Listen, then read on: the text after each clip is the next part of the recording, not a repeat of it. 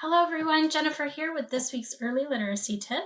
The activity I'm going to show you today is a really fun one for kids who love to get their hands dirty.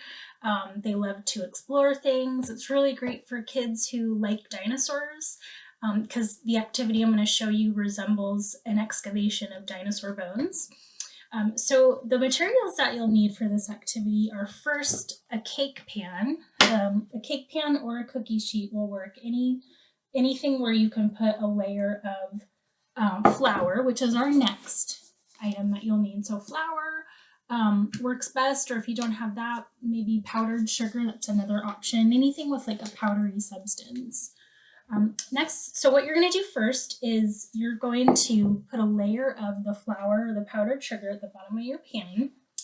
And then you're going to hide letters. So maybe you have those little refrigerator magnet letters at home. I found these letters at the dollar store. They're just made of paper. I also have these wooden letters I found at the craft store, but really any sort of letter. I mean, you can even write out letters on a piece of paper and cut them up. But what you're going to do is you're going to hide the letters in the flour. And then you're going to give the child a brush.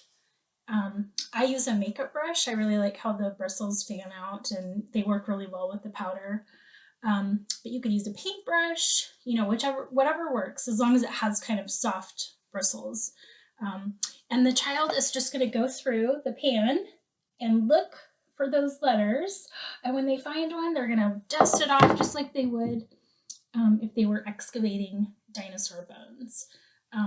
For younger kids, you can have a sheet with the letters written out and have them cross off the letter as they find them. That's one option. If it's an older child, maybe have them write the letters themselves or even make words if they're at that stage. So again, just a really fun activity that involves a little bit of discovery and exploration.